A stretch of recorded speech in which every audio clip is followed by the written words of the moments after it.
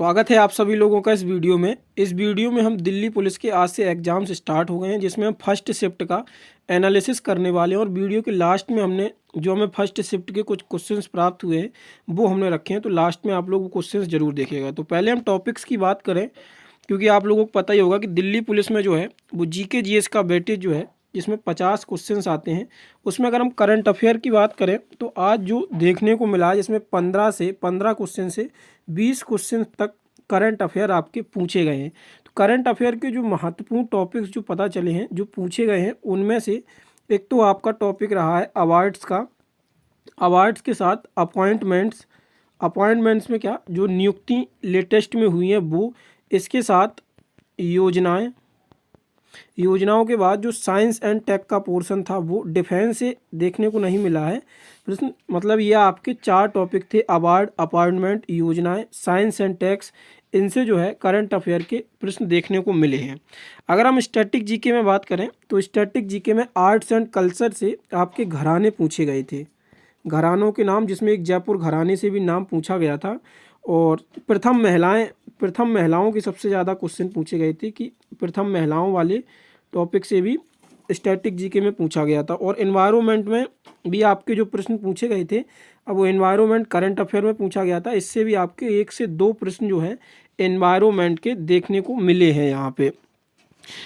आगे बात करें तो आर्ट्स एंड कल्चर में जो आपके ये घराने तो पूछे ही गए थे, साथ में जो शास्त्रीय संगीत होते हैं उनसे जो इम्पोर्टेंट नाम थे ये भी आपके आर्ट्स एंड कल्चर में पूछे गए। तो आर्ट्स एंड कल्चर से 7 के समथिंग प्रश्न देखने को मिले थे। स्टैटिक जीके भी यही करंट अफेयर के आसपास 10 से 12 क्वेश्चंस का देखने को मिला था। अगर हम हिस्ट्री, पॉलिटी और ज्योग्राफी में वेटेज की बात करें तो सबसे ज़्यादा यहाँ पे हिस्ट्री पूछा जा रहा है। हिस्ट्री, पॉलिटी और इसके बाद फिर जियो और इकोनॉमिक्स पूछा जा रहा है। जिस वेटेज में ये मैंने लगाया उसी वेटेज में यहाँ पे प्रश्न पूछे जा रहे हैं, जिसमें हिस्ट्री का वेटेज जो है सबसे ज़्यादा है और इकोनॉमिक्स जो है वो फैक्ट बेस्ड पूछी जा रही है, यानी कि डाटा वाली इकोनॉमिक्स यहाँ पे पूछने को देखने को मिल रही है। कंप्यूटर की बात करें तो कंप्यूटर में आपको मैं इम्पोर्टेंट टॉपिक्स बताता हूँ, जो इम्पोर्टेंट टॉपिक्स पूछे जा रहे हैं। तो इसमें सबसे पहला इम्पोर्टेंट टॉपिक्स पूछा गया नेटवर्क और सिक्योरिटी वाला, MS वर्ड, MS एक्सेल और जनरेशन, जो मतलब कंप्यूटर की जनरेशन्स होती हैं, वहाँ से भी प्रश्न आपका देखने को मिला है। 10 क्वेश्चंस पूछे जाते हैं आपके दिल्ली पुलिस के कंप्यूटर में। जनरेशन के बाद जो आपका प्रिंटर से था, प्रिंटर से भी प्रश्न पूछे गए थे। इसमें मैथ में बात करें तो मैथ में आपका नंबर सिस्टम से भी प्रश्न था, SI CI से भी प्रश्न था। और बाकी जो मिलते हैं वो शाम को हम जब फुल एनालिसिस कराएंगे तो उसमें जो पूरे प्रश्न होंगे आपके 50 के 50 वो हम डिस्कस करेंगे। करंट अफेयर के लिए क्योंकि वेटेज आज ही आपको पता चल गया है कि करंट अफेयर अच्छा वेटेज रहने वाला है। 15 से 20 प्रश्न आज ही पूछे लिए गए हैं फर्स्ट शिफ्ट में, तो आने वाले शिफ्टों में भी करंट अफेयर का वेटेज देखने को मिलेगा। तो इसके लिए आप हमारी करंट अफेयर की ईबुक खरीद सकते हैं, जिससे आपको करंट अफेयर में मदद मिलेगी। इसका लिंक आपको डिस्क्रिप्शन में मिल जाएगा। वहीं रीजनिंग की अगर हम बात करें तो रीजनिंग में जो है यहाँ पे 4 टॉपिक्स इंपॉर्टेंट बने हैं, क्लासिफिकेशन, एनालॉगी, सीरीज और कोडिंग डिकोडिंग। यहाँ से 3 से 4 प्रश्न देखने को मिले हैं। क्लासिफिकेशन से भी 3-4 प्रश्न देखने को मिले हैं और एनालॉगी, सीरीज और कोडिंग डिकोडिंग, यानी कि ये 4 चैप्टर आपके इंपॉर्टेंट बने हुए हैं। इसके बाद मिस अरेंजमेंट से 2 प्रश्न देखने को मिले, ब्लड रिलेशन से भी 1-2 प्रश्न, नॉन वर्बल से भी आया और वेन डायग्राम से भी प्रश्न आया है। लॉजिकल रीजनिंग, डाइस, रैंकिंग, इन तीनों से प्रश्न देखे हैं। डाइस में शायद से एक स्टेटमेंट बेस्ड प्रश्न पूछा गया है, स्टेटमेंट बेस्ड करके प्रश्न था तो वो पूछा गया है। तो ये आपके रीजनिंग के टॉपिक थे जिनसे प्रश्न बने हैं। आगे देखते हैं तो ये हमें प्रश्न मिले हैं। मैं अभी इनकी ऑथेंटिसिटी की गारंटी नहीं ले सकता हूं क्योंकि ये प्रश्न भेजे गए हैं, लेकिन जो शाम को मैं आपको ऑल शिफ्ट का एनालिसिस कराऊंगा उसमें जो भी आपके 100% रियल और ऑथेंटिक प्रश्न होंगे वो मैं कराऊंगा। जैसे कि ग्रुप डी का मैं रेगुलरली अभी करा रहा हूं, जिसमें हम 100% रियल और ऑथेंटिक प्रश्न कराते हैं। तो ये प्रश्न फर्स्ट शिफ्ट के बताए गए हैं जिस बच्चे ने भेजे हैं उसके द्वारा, तो मैं यहाँ पे बता देता हूँ आप लोगों को। तो ये पूछा गया था पहला प्रश्न कि 1939 में कांग्रेस छोड़ने के बाद सुभाष चंद्र बोस ने किस दल की स्थापना की थी। तो ये फॉरवर्ड ब्लॉक की स्थापना की गई थी सुभाष चंद्र बोस के द्वारा। ये 1939 में कांग्रेस के भीतर समाजवादी और वामपंथी विचारधाराओं को मजबूत करना, इस वजह से वो कुछ गुटबाजी की वजह से यहाँ पे एक अलग ये इनकी सुभाष चंद्र बोस के द्वारा स्थापना की गई थी। अगला पूछा गया था, हाल ही में डीआरडीओ ने फाइटर एयरक्राफ्ट एस्केप सिस्टम का सफल परीक्षण high speed rocket sled test कहाँ किया? तो ये चंडीगढ़ में डीआरडीओ यानी कि डिफेंस रिसर्च डेवलपमेंट ऑर्गेनाइजेशन के द्वारा ये एस्केप एयरक्राफ्ट सिस्टम का सफल परीक्षण किया गया था। यह सिस्टम जो है पायलट को आपात स्थिति में सुरक्षित बाहर निकालने के लिए होता है। डीआरडीओ जो कि भारत की रक्षा अनुसंधान संस्था है और यह लड़ाकू विमानों की सुरक्षा क्षमता बढ़ाने के लिए इसको बनाया गया है। आगे बात करें, हाल ही में इंडियन नेवी ने नेवी डे मनाया 25, तो कहाँ पे? तो नेवी डे 2025 जो इंडियन नेवी के द्वारा मनाया गया, जो कि हर वर्ष आपका 4 दिसंबर को मनाया जाता है, तो यह आपका केरल में मनाया गया था। भारतीय नौसेना दिवस हर वर्ष 4 दिसंबर को मनाया जाता है। 4 दिसंबर 1971 ऑपरेशन जो ट्राइडेंट की सफलता के याद में इस कार्यक्रम को केरल में मुख्य रूप से मनाया गया। और ये किस लिए मनाया जाता है? तो ऑपरेशन जो ट्राइडेंट हुआ था उसके सफलता की याद के लिए हम 4 दिसंबर 1971 से ही ये अपना नेवी डे मना रहे हैं और 2025 में ये केरल में इसको आयोजित किया गया था। आगे चलते हैं, Kashmir in the time of fire पुस्तक के लेखक कौन है? तो रंजन महाजन जो है Kashmir in the time of fire के लेखक हैं।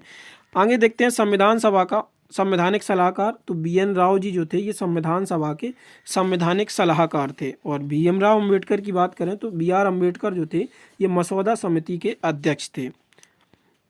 किस प्रणाली में द्विसदनी पद्धति अनिवार्य होती है? तो संसदीय प्रणाली में, जैसी भारत में जो संसदीय प्रणाली है इसमें आप देखते होंगे राज्यसभा प्लस लोकसभा यानी कि द्विसदनी प्रणाली होती है। द्विसदन में लोकसभा और राज्यसभा होते हैं, जिसमें भारत में हम राज्यसभा को अपर हाउस कहते हैं, लोकसभा को हम लोअर हाउस कहते हैं। राज्यसभा आपकी 80 में और 81 में, लोकसभा 79 में। संसद के बारे में बताया गया है, यानी कि भारत की संसद जो है प्रधानमंत्री, राज्यसभा और लोकसभा से मिलकर बनती है। संघीय प्रणाली में केंद्र और राज्य दोनों के प्रतिनिधित्व मिलता है। भारत, अमेरिका, ऑस्ट्रेलिया जो है ये आपके संघीय देश हैं।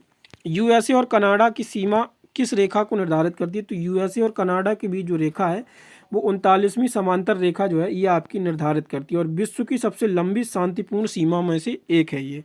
ग्रेट लेक्स क्षेत्र को छोड़कर अधिकतम सीमा 49 रेखा पर जो है वो स्थित है। देशांतर में 10 डिग्री का अंतर क्या होता है? तो समय अंतर ये जो बताया गया है ये 4 मिनट का यहाँ पे अंतर ये देखने को मिलता है। पहली पंचवर्षीय योजना, तो पहली पंचवर्षीय योजना का मुख्य उद्देश्य क्या था? तो इसकी अगर हम बात करें तो पहली पंचवर्षीय योजना का जो मुख्य उद्देश्य था वो कृषि विकास था।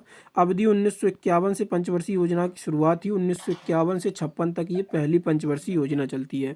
योजना आयोग के द्वारा ये लागू की जाती है, लेकिन वर्तमान समय में योजना आयोग के स्थान पर जो संस्था है वो है आपकी नीति आयोग, जिसका अध्यक्ष प्रधानमंत्री होता है और योजना आयोग का भी अध्यक्ष प्रधानमंत्री होता था। नीति आयोग की अगर हम बात करें तो national institution for transforming India, ये नीति आयोग का फुल फॉर्म होता है। पहली पंचवर्षीय योजना में सिंचाई, कृषि उत्पादन और ग्रामीण विकास पर जोर दिया गया था। हरित क्रांति की नींव जो है वो इसी योजना में पड़ी थी। लेकिन अगर हम दूसरी पंचवर्षीय योजना की बात करें तो दूसरी पंचवर्षीय योजना में रैपिड इंडस्ट्रियलाइजेशन यानी कि तीव्र औद्योगिकरण पर जोर दिया गया था। भारत का सबसे बड़ा पीएसयू बैंक, तो भारतीय स्टेट बैंक यानी कि एसबीआई सबसे बड़ा भारत का पीएसयू बैंक है, जिसकी स्थापना 1955 में हुई। मुख्यालय जो है मुंबई में था। भारत का सबसे अधिक शाखाओं वाला बैंक जो है यही एसबीआई है। पूर्व में से हम इंपीरियल बैंक के नाम से जानते थे। अगला प्रश्न देखते हैं, शिक्षक संस्थानों में, मतलब जो शिक्षण संस्थान होते हैं, धार्मिक शिक्षा पर प्रतिबंध है, तो कौन सा है? अनुच्छेद 28 के तहत धार्मिक शिक्षा पर प्रतिबंध है या धर्म की स्वतंत्रता से संबंधित है। सरकारी शिक्षणों में ये स्वतंत्रता नहीं दी जाती है, जबकि निजी संस्थानों में आप धार्मिक शिक्षा को पढ़ा सकते हैं। आगे आता है पूर्ण स्वराज की घोषणा किस अधिवेशन में की? तो लाहौर का जो अधिवेशन हुआ था 1929 में, जिसकी अध्यक्षता जवाहरलाल नेहरू के द्वारा की गई थी, इसमें ही पूर्ण स्वराज की घोषणा की गई थी। और 26 जनवरी 1930 को पहला स्वतंत्रता दिवस मनाया गया और इसी को पूर्ण स्वतंत्रता आंदोलन जो है उसमें तेजी मिली। आगे चलते हैं, अगला प्रश्न आता है, इंडिका पुस्तक किसने लिखी? तो मेगास्थनीज के द्वारा इंडिका लिखी गई थी, जो यूनानी राजदूत था। चंद्रगुप्त मौर्य के दरबार में ये आया था। सेल्यूकस निकेटर का ये दूत था। पुस्तक से मौर्यकालीन भारत की जानकारी हमें प्राप्त होती है। डचों ने अपनी पहली फैक्ट्री 1605 में कहाँ पर स्थापित की थी? तो 1605 में डचों के द्वारा पहली जो फैक्ट्री है ये आपकी मसूलीपट्टनम आंध्र प्रदेश में स्थापित की गई थी और यह कोरोमंडल तट पर स्थित है। डच ईस्ट इंडिया कंपनी द्वारा स्थापित इसको किया गया था। भारत में व्यापार करने वाली पहली यूरोपीय कंपनियों में से एक है। मुख्य व्यापार जो इसका था मसाले, कपास और वस्त्र जो है इसका मुख्य व्यापार था। तो ये जो हमें प्रश्न मिले थे ये पहली शिफ्ट के कुछ प्रश्न मिले थे, लेकिन जब हम शाम को आपका ऑल शिफ्ट एनालिसिस करेंगे तो तीनों शिफ्टों के सभी प्रश्न 100% रियल और ऑथेंटिक यहाँ पे हम डिस्कस करेंगे। तो सब्सक्राइब जरूर कर लीजिएगा शाम के सभी शिफ्टों के चैनल के लिए। और ये हमारी स्टैटिक जीके की ई बुक रही जिसका ये 2.0 वर्जन है। स्टैटिक जीके में आप यहीं इसी बुक से स्टैटिक जीके जो है कवर कर सकते हैं। तो इसका भी लिंक आपको डिस्क्रिप्शन में मिलेगा। स्टैटिक जीके और करंट अफेयर की बुक दोनों का आपको लिंक डिस्क्रिप्शन में प्रोवाइड हो जाएगा। पीडीएफ जो है वो हम टेलीग्राम पे देते ही हैं। बाकी आप लोग अगर पहली बार जुड़ रहे हैं तो सब्सक्राइब जरूर कर लीजिएगा चैनल को, जिससे आपको शाम वाला वीडियो का नोटिफिकेशन सबसे पहले प्राप्त हो सके। धन्यवाद।